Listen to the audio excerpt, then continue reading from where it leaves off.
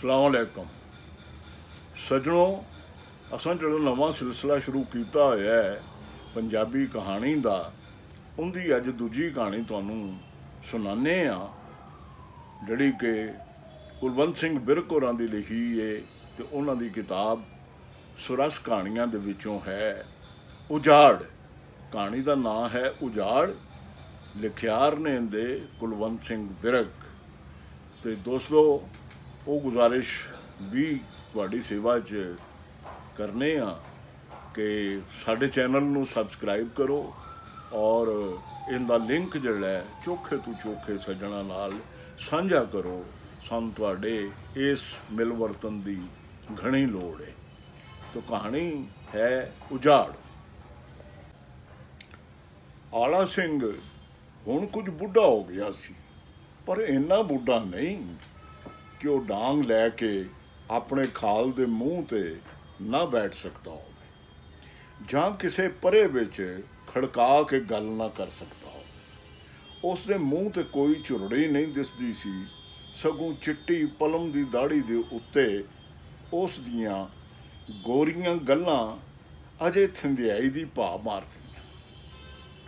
उसकी नज़र पहले तो ही तेज़ हो गई जापती सी। अजे अगले दिन वो ते उसका निक्का पुत्र अपनी भुली हुई गां लभण चढ़े सन ते आला सिंह ने अपने मुंडे तो पहला ही दूर चुगदी अपनी गां वेख के पछाण लई सी। दंदां विच पीड़ होण करके उस बहुत सारे दंद कटवा दिते सन, पर इस नाल उस दे चेहरे का रोब नहीं सी बिगड़िया। हाँ, दाल सलूने बिना वो रोटी औखी खा सकता सी ते हर सलूने विच वो तरी जरूर चाहता सी। एक वेर जदों उहदी वहुटी ने गोभी घ्यो विच भुन के दिती तां उस बड़ा खिज के आखिया, गोभी ठीक बनानी है तू, जिवें आंडड़े हुंदे ने। गन्ने ते बेरां दे स्वाद तू वो रहिंदी उमर लई वांझा हो गया सी ते दाने चबने भी उस लई असलों असंभव सन। इन्हां सारियां चीज़ां दी कसर वो बथेरा दुध पी के कढ लैंदा। शायद इसे दुध का सदका ही सी कि जदों कोई कामा हल खिलार के पैली दियां गुट्ठां गोडन लगदा तां आला सिंह खलोता हल आप हिक लैंदा। अपने बुढ़े ढग्गियां दी और रग रग दा जाणू सी। इस तौले ढग्गे दी मां उस दे पुत्र दे दाज विच आई सी ते उस दे घर आके 10 सूए सूई सी। उन्हां 10 जीआं विचों एक इस बुढ़े ढग्गे दी मां सी। निक्का हुंदा ये तौला ढग्गा बड़ा शैतान सी। जदों आला सिंह इस नूं खोल के गां हेठ छड्डदा तां ये गां वाल एडी जोर दी भजदा कि इस तों गां दे कोल अपने आप नूं ठलिया न जांदा ते उस गां दे हेठ पैण दी थां उस कोलों अगां लंघ जांदा ते फिर मुड़ के आउंदा। गां चुंगदे नूं बन्नण लगियां पैर नूं मिध दिंदा ते कदी कदी गुस्से विच बन के पिछां हटन लगियां नूं सिर भी मारदा। दूजे बरे जदों सारे डंगर चुगन लई छिड़दे, ये वैड़का खुरली ते ही बधा रहिंदा। खुलिया होया ते ये काबू ही नहीं सी आउंदा। एक वेर रस्सा तुड़ा गया सी ते अन्ने वाह बड़ी दूर भज गया। मसां मसां आला सिंह दे पुत्र ने घोड़ी ते चढ़ के इस नूं वेड़ के आंदा ते कईयां जणियां ने रल के फड़िया ते तीजे वरे इस ने बधे बधे ही एक गब्बण मझ तरट दिती ते आला सिंह नूं मझ नूं बीमार होण तों बचाउण लई उस दे पिंडे ते गिल्ली चीकणी मिट्टी मलनी पई सी। चौथे बरे जदों इस दे गल घुंघरूआं दा हार पा के मोरले फले जुत्ता तां कई मंगण आए बाजीगर ते बाजीगरनियां इस दियां लम्मियां पलांघां ते कुटवें जुस्से दियां सिफतां करके ते इस दे गल कौडियां ते मणकियां दियां गानियां पा के आला सिंह तो कणक दियां भरियां लै गए। हली जुत्ते दी नत्थ आला सिंह पिछां नूं फड़ी रखदा, नहीं ते ਇਹ अपने हेठले टगे नूं सिद्धा नहीं सी होण दिंदा। पर हुण ते नत्थ छड्ड, इस दे गल रसे दी भी लोड़ नहीं सी। ਇਹ तौला टगा ते अपनी होण तो भी मुनकर सी। जिथे जोईए बिना अड़ी दे जुप जांदा। गड्डे उत्ते भावें कोई आदमी भी ना होवे, सिद्धा कर लै आउंदा। औड़ असलों सिद्धी कढदा। इस दियां कोई वखरियां आदतां नहीं सन, ना कोई खराबियां, ना इस दियां कोई ख्वाहिशां सन ते उन्हां दे पूरा करन लई कोई जतन।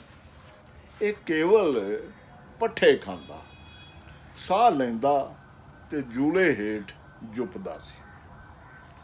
कोई 15 वरे पहलां ये धौला डड़का ते आला सिंह दोवें जिउंदे सन, पर हुण कल्ला आला सिंह ही। हाँ, आला सिंह बुढ़ा हो के भी अजे जिउंदा सी। उस दे जिउंदे होण दा निश्चा केवल डॉक्टरां नूं ही नहीं सी, सगों होर सारियां नूं भी, घरदियां नूं, पिंड वालियां नूं ते कोल दे पिंडां वालियां। इन्हां सारियां लई वो अजे जिउंदा सी। सारे उस दी सुख सांद पुछदे ते उस दी बाबत गल्लां ध्यान नाल सुणदे। अपने दुआले दे पिंडां दी ते ਉਹ ਜਿਵੇਂ हवा विच उकरिया होया सी। कोई सोझी वाला राही जां प्राहुणा उस दे नां तों जाने होया बिना नहीं सी रह सकदा। कईयां वरियां तों आला सिंह इसे तरह जिउं रिहा सी। पिछले वरियां विच ते ਇਹ ਜਿਉਣ टोर होर भी तिखी सी।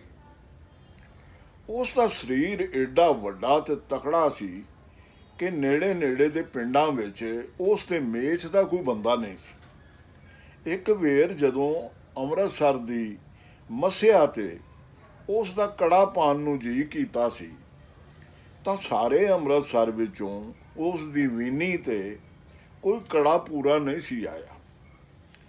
नहरां आउण ते उस डंगर चारने छड्ड के अपने पुराने पिंड तो 5-6 को दूर अपनी भुएं विच अपने नवें पिंड दी नींह रखी। उस नूं मुनसब मन के सारे पिंड ने अपने घरां लई हाते वंडे सन। उस दे जोर देण ते कमियां नूं भी घर छत्तन लई हाते मिले सन। कोल दे किसे पिंड विच कमियां दी कोई अपनी थां नहीं सी।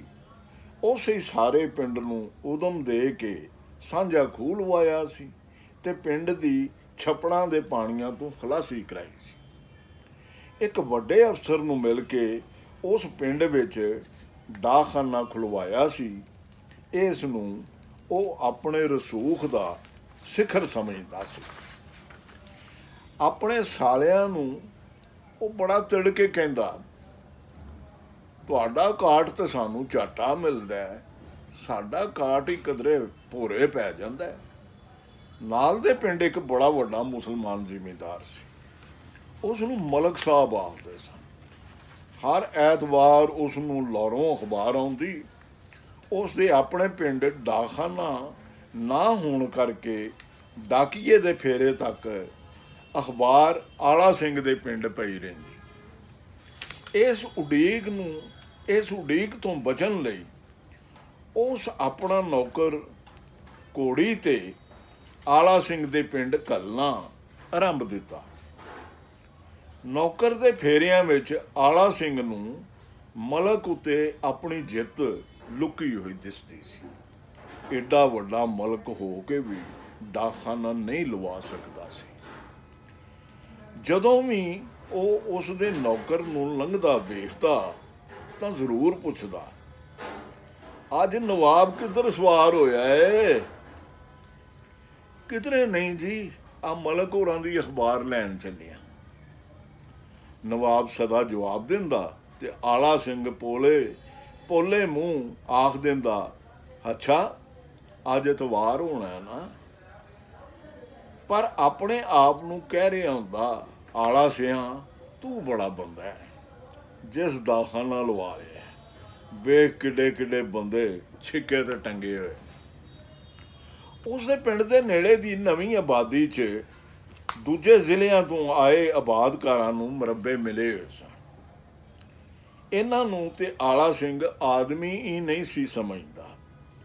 वो सारे आके उसदी पुआंदी बहिंदे, उन्हां दियां गवाचियां होईयां मੱਝੀ वो कोल दे जंगलियां दियां पिंडां विचों मुड़ा दिंदा। पर कई वारी वो आप कुछ भरावां नूं नाल लै के तक्को तक्की उन्हां दियां पक्कीਆਂ होईਆਂ कणकां ਵੱਢ ਕੇ ਗੱਡਿਆਂ ਤੇ ਲੱਦ ਲਿਆਉਂਦਾ ਸੀ। ਆਲਾ ਸਿੰਘ ਦੀ ਸ਼ਿਕਾਇਤ ਨਾ ਕਰਨ ਦਾ ਆਬਾਦਕਾਰਾਂ ਨੂੰ ਜ਼ਰੂਰ ਲਾਭ ਹੁੰਦਾ। ਉਹਨਾਂ ਦੇ ਡੰਗਰ ਘੱਟ ਚੋਰੀ ਹੁੰਦੇ, ਉਹਨਾਂ ਦੀਆਂ ਸਰੋਆਂ ਤੇ ਕਣਕਾਂ ਵਿੱਚ ਰਾਤੀ ਜੰਗਲੀ ਆਪਣੀਆਂ ਮੱਝੀ ਨਾ ਚਾਰਦੇ ਤੇ ਉਹਨਾਂ ਦੀਆਂ ਕੁੱਲੀਆਂ ਵਿੱਚ ਸੰਨਾਂ ਘੱਟ ਲੱਗਦੀਆਂ। ਆਪਣੇ ਪਿੰਡ ਦੇ ਸਾਰੇ ਰੰਡੇ ਕੁਆਰੇ ਕੰਮੀ ਆਲਾ ਸਿੰਘ ਨੇ ਇਹਨਾਂ ਪਿੰਡਾਂ ਵਿੱਚ ਵਿਆਹ ਲਿਆ ਸਨ। ਆਏ ਗਏ ਦੀ ਸੇਵਾ ਵਿੱਚ ਆਲਾ ਸਿੰਘ ਸਭ ਤੋਂ ਅੱਗੇ ਸੀ। ਖੁਰਿਆਂ ਪਿੱਛੇ ਭੱਜਦੀਆਂ ਬਾਹਰਾਂ ਨੂੰ ਰੋਟੀ ਖਵਾਉਂਦਾ। ਇੱਕ ਵਾਰ ਅਕਾਲੀਆਂ ਦੇ ਇੱਕ ਜੱਥੇ ਨੂੰ ਰੋਟੀ ਖਵਾਉਣ ਬਦਲੇ ਉਸ ਨੂੰ ਕਈ ਰਾਤਾਂ ਹਵਾਲਾਤ ਵਿੱਚ ਕੱਟਣੀਆਂ ਪਈਆਂ ਸਨ। ਇਹ ਕਹਾਣੀ ਉਸ ਬਾਰੇ ਬੜੀ ਪ੍ਰਸਿੱਧ ਸੀ। ਇੱਕ ਸ਼ਾਮ ਉਹ ਘੋੜੀ ਤੇ ਚੜ੍ਹ ਕੇ ਮੰਡੀਓਂ ਘਰ ਆ ਰਿਹਾ ਸੀ। ਉਸੇ ਰਾਤ ਇੱਕ ਨਵਾਂ ਵਿਆਹਿਆ ਜੋੜਾ ਵੀ ਸੜਕ ਸਵਾਰ ਸੀ। ਛੋਰਾ ਕਿੱਥੇ ਜਾਊਂ ਏ? ਆਲਾ ਸਿੰਘ ਨੇ ਮੁੰਡੇ ਤੋਂ ਪੁੱਛਿਆ। ਪਾਲੀ ਕੇ ਜਾਊਂਗਾ ਆਪਣੇ ਸਹੁਰੇ। ਪਾਲੀ ਕੇ ਆਲਾ ਸਿੰਘ ਦਾ ਆਪਣਾ ਪਿੰਡ ਸੀ। ਕਿਹਦੇ ਘਰ? ਵੀਰੂ ਸਾਈ ਦੇ। ਆਲਾ ਸਿੰਘ ਆਪ ਘੋੜੀ ਤੋਂ ਉੱਤਰ ਬੈਠਾ ਤੇ ਉਹਨਾਂ ਨੂੰ ਉੱਤੇ ਬਿਠਾ ਦਿੱਤਾ। ਰਾਤ ਨੂੰ ਜਦੋਂ ਉਹ ਈਸਾਈ ਘੋੜੀ ਆਲਾ ਸਿੰਘ ਦੇ ਘਰ ਬੰਨਣ ਆਇਆ ਤਾਂ ਉਸ ਲੈਣੋਂ ਨਾ ਕਰ ਦਿੱਤੀ। ਨਹੀਂ ਬਈ ਵੀਰ, ਜਦੋਂ ਮੇਰੀ ਧੀ ਸਹੁਰੇ ਜਾਏ ਤੇ ਜਦੋਂ ਆਵੇ ਇਹਦੇ ਤੇ ਚੜ੍ਹ ਕੇ ਆਵੇ। ਪਰ ਹੁਣ ਤੇ ਪਿੰਡ 'ਚ ਹਵਾ ਹੀ ਕੁਝ ਪੁੱਠੀ ਜਿਹੀ ਵਗ ਪਈ ਸੀ। ਉਸ ਦੇ ਆਪਣੇ ਉਦਮ ਨਾਲ ਛਤਾਏ ਹੋਏ ਸਾਂਝੇ ਟੱਪ ਹੇਠ ਕਾਵਾਂ ਰੌਲੀ ਪਈ ਰਹਿੰਦੀ। ਕੁਝ ਮੁੰਡੇ ਉਸ ਦੇ ਬੈਠੇ ਹੀ ਤਾਸ਼ ਖੇਡਦੇ ਰਹਿੰਦੇ ਤੇ ਆਪਸ ਵਿੱਚ ਝਗੜਦੇ ਰਹਿੰਦੇ। ਜਾਂ ਕੋਈ ਪਾੜਾ ਅਖਬਾਰ ਲੈ ਕੇ ਬਹਿ ਜਾਂਦਾ ਤੇ ਪੈਰ ਪੈਰ ਅਖਬਾਰ ਹੀ ਸੁਣਾਉਂਦਾ ਰਹਿੰਦਾ। ਉਹਨਾਂ ਚਿਰ ਹੋਰ ਕੋਈ ਗੱਲਬਾਤ ਨਾ ਹੋ ਸਕਦੀ, ਕਿਉਂ ਜੋ ਸਾਰੇ ਲੋਕਾਂ ਦਾ ਧਿਆਨ ਅਖਬਾਰ ਸੁਣਨ ਵਿੱਚ ਹੁੰਦਾ। ਪਤਾ ਨਹੀਂ ਕਿਉਂ ਆਲਾ ਸਿੰਘ ਨੂੰ ਅਖਬਾਰ ਦੀ ਦੂਜਿਆਂ ਨਾਲੋਂ ਘੱਟ ਸਮਝ ਆਉਂਦੀ ਤੇ ਉਹ ਇਸ ਬਾਰੇ ਕਦੀ ਕੋਈ ਸਵਾਦਲੀ ਗੱਲ ਨਾ ਕਰ ਸਕਦਾ। ਕਈ ਵੇਰ ਖਿੱਝ ਕੇ ਉਹ ਆਖਦਾ, ਇਹ ਸਭ ਕੁਝ ਝੂਠ ਹੈ। ਉਹ ਕੂੜ ਥੱਪ ਕੇ ਇੱਥੇ ਘੱਲ ਦਿੰਦੇ ਨੇ, ਉਹਨਾਂ ਨੂੰ ਸਾਰੀਆਂ ਗੱਲਾਂ ਦਾ ਕਿਵੇਂ ਪਤਾ ਲੱਗ ਜਾਂਦਾ। ਪਰ ਕਿਸੇ ਤੇ ਇਸ ਗੱਲ ਦਾ ਰਤੀ ਅਸਰ ਨਾ ਹੁੰਦਾ। ਸਭ ਕੁਝ ਝੂਠ ਕਿਸ ਤਰ੍ਹਾਂ ਹੋ ਸਕਦਾ ਸੀ? ਜਦੋਂ ਲੜਾਈ ਲੱਗਣ ਦੀ ਖਬਰ ਆਈ ਤਾਂ ਸਭ ਕੁਝ ਮਹਿੰਗਾ ਹੋਣ ਲੱਗ ਪਿਆ। ਲੀਡਰ ਕੈਦ ਹੋ ਗਏ ਤੇ ਉਹਨਾਂ ਦੇ ਕਿਧਰੇ ਜਾਣ ਆਉਣ ਦੀ ਕੋਈ ਖਬਰ ਨਹੀਂ ਸੀ ਆਉਂਦੀ।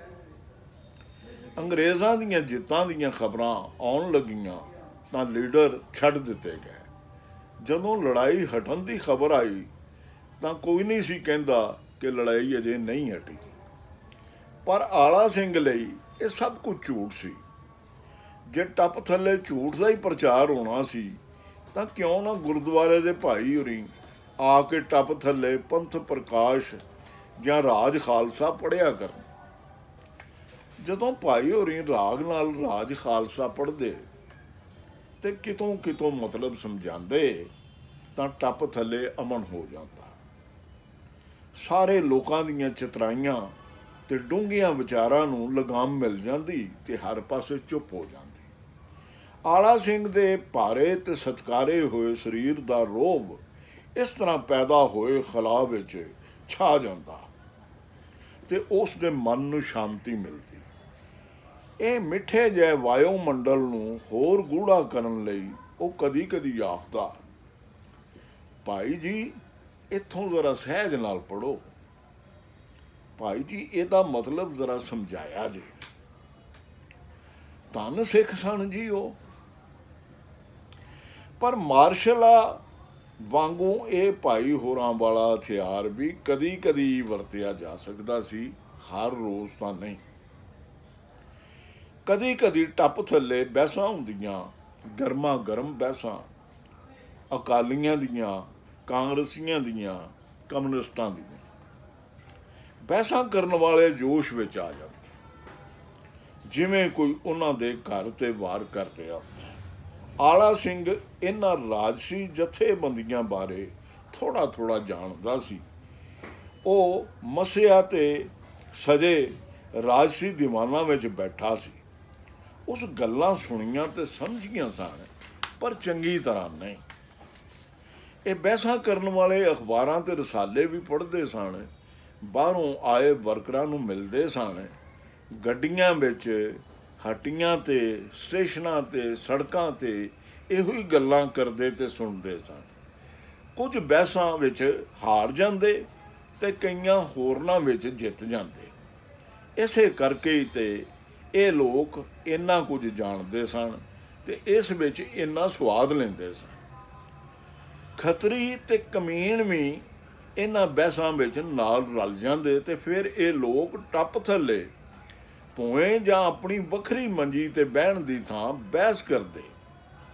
ਜੱਟਾਂ ਦੇ ਨਾਲ ਹੀ ਤਖਤਪੋਸ਼ ਜਾਂ ਮੰਜੀ ਤੇ ਬੈਠ ਜਾਂਦੇ। ਕਈ ਵਾਰ ਤੇ ਇਹ ਕਮੀਣ ਬਹਿਸ ਵਿੱਚ ਕਿਸੇ ਜੱਟ ਨੂੰ ਹੌਲਿਆਂ ਕਰ ਦਿੰਦੇ। ਆਲਾ ਸਿੰਘ ਲਈ ਇਹ ਕਲਯੁੱਗ ਦੀ ਇੱਕ ਝਾਕੀ ਹੁੰਦੀ। ਉਹ ਹੈਰਾਨ ਸੀ ਕਿ ਉਹ ਜੱਟ ਇਸ ਕੰਮ ਤੋਂ ਹਟ ਕਿਉਂ ਨਹੀਂ ਜਾਂਦਾ। ਆਲਾ ਸਿੰਘ ਦਾ ਕਦੀ ਕਿਸੇ ਨਿਰਾਦਰ ਨਹੀਂ ਸੀ ਕੀਤਾ, ਨਾ ਹੀ ਕਦੀ ਕਿਸੇ ਉਸ ਦੀ ਗੱਲ ਟੋਕੀ ਸੀ। ਪਰ ਉਸ ਦਾ ਮਨ ਤੇ ਇਹਨਾਂ ਗੁੰਝਲਾਂ ਵੱਲ ਆਉਂਦਾ ਹੀ ਨਹੀਂ ਸੀ ਤੇ ਨਾ ਹੀ ਉਹ ਕੁਝ ਕਹਿ ਸਕਦਾ ਸੀ। ਆਪਣੀ ਹੱਥੀਂ ਛਤਾਏ ਟੱਪ ਹੇਠ ਉਹ ਇਸ ਤਰ੍ਹਾਂ ਬੈਠਾ ਰਹਿੰਦਾ ਜਿਵੇਂ ਕਿਸੇ ਮੌਜੀ ਰਾਜੇ ਨੇ ਆਪਣੀ ਰਿਆਸਤ ਦੇ ਹਾਈ ਕੋਰਟ ਦੇ ਜੱਜ ਨੂੰ ਸਿਵਲ ਸਰਜਨ ਬਣਾ ਕੇ ਕਿਸੇ ਹਸਪਤਾਲ ਵਿੱਚ ਬਿਠਾ ਦਿੱਤਾ ਹੋਵੇ ਤੇ ਉਸ ਨੂੰ ਪਤਾ ਨਾ ਹੋਵੇ ਕਿ ਉਸ ਨੇ ਕੀ ਕਰਨਾ। ਪਿੰਡਾਂ 'ਚ ਕਮਿਊਨਿਸਟਾਂ ਦੇ ਜਲਸੇ ਹੁੰਦੇ।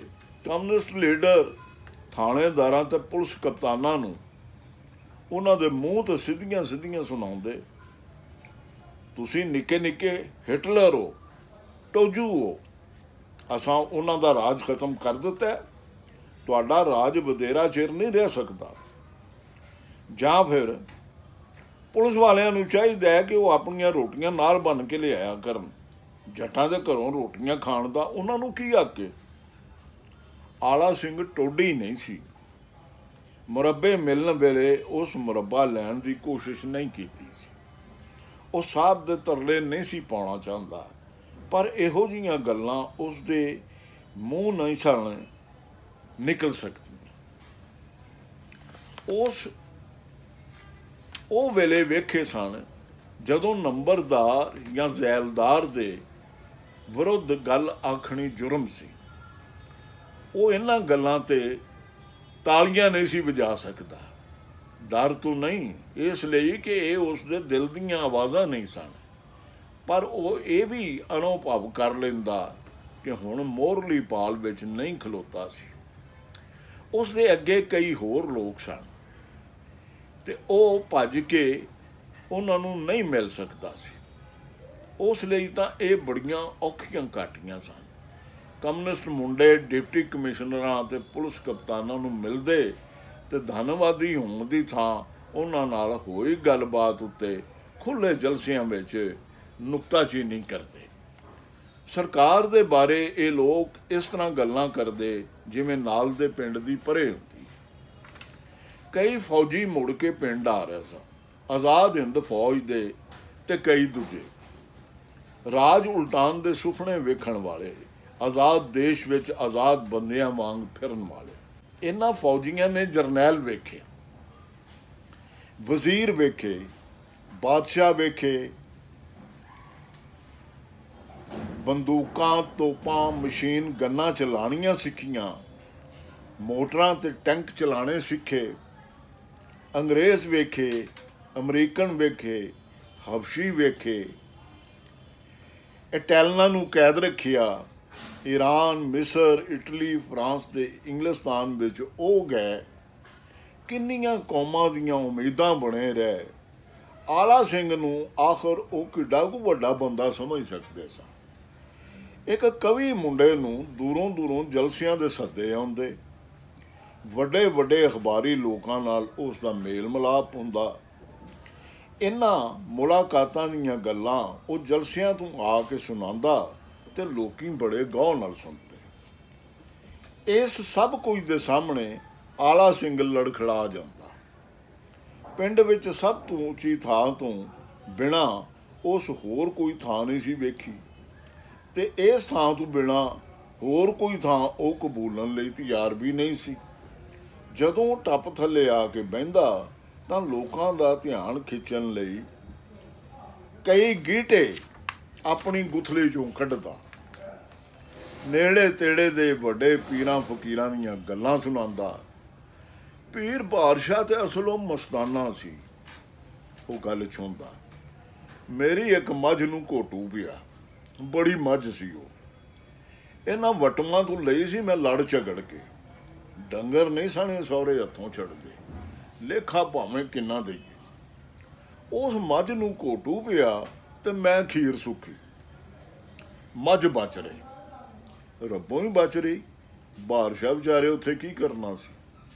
ਲਓ ਜੀ, ਉਹ ਖੀਰ ਮੈਂ ਲੈ ਕੇ ਗਿਆ ਤੇ ਇੱਕ ਥੜੇ ਜਿਹਾ ਤੇ ਬੈਠਾ ਹੋਇਆ, ਪਰ ਨੰਗਾ ਹੀ, ਤੇ ਬਸ ਅਸਲੋਂ ਪਲਾਂਘ ਤੇ ਕੋਲ ਥੜੇ ਦੇ ਉੱਤੇ ਹੀ ਝਾੜੇ ਫਿਰਿਆ ਆਇਆ ਸੀ। ਤੇ ਕਦੀ ਕੋਈ ਅਨੋਖੀ ਜੀ ਗੱਲ ਲੈ ਟੁਰਦਾ। ਇਹ ਜਿਹੜੇ ਅੰਗਰੇਜ਼ ਨੇ ਬੜੀ ਤਾੜ ਵਾਲੇ ਬੰਦੇ ਹੁੰਦੇ ਨੇ, ਨੁਹਾਰ ਦੀ ਬੜੀ ਸੰਭਾਲ ਰੱਖਦੇ ਨੇ। ਇੱਕ ਬੰਦੋਬਸਤ ਵਾਲਾ ਸਾਹਿਬ ਸੀ ਪੁਰਾਣਾ, ਤੇ ਕਿਧਰੇ ਬਾਪੂ ਹੋਰਾਂ ਦੇ ਵੇਲੇ ਇੱਧਰ ਰਹਿ ਗਿਆ ਆ।